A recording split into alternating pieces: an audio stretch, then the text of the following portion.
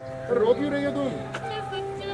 नमस्कार दोस्तों, इस वीडियो में लड़की आपको दिखाई दे रही है वो तमिलनाडु में पूरी तरीके से फंस चुकी है और रो रो कर फुट फुट कर पावर स्टार पवन सिंह से बिहार जाने की गुहार लगा रही है। दोस्तों आपको बता दें कि आज पावर स्टार तमिलनाडु पहुंचे थे, जहां पर उन्होंने खाना और पानी से तड़पते हुए लोगों को बिस्कुट पानी और राशन देकर मदद किए। और साथ ही दोस्तों आपको बता दें कि पावर स्टार पवन सिंह को देखते ही वहां पे मजदूर पूरी तरीके से उनके साथ लिपट कर रोने लगे।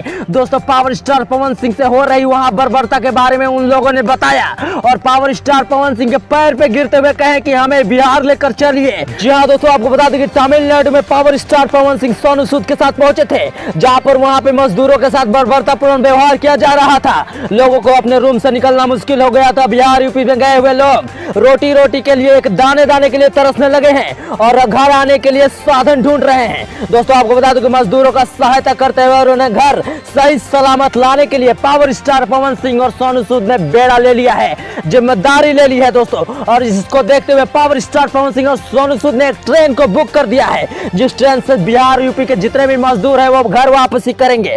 तो दोस्तों अब आप लोग को कमेंट करके बताना है कि भोजपुरी के रियल स्टार आप किसको मानते हैं, हमें कमेंट करके जो बताइए।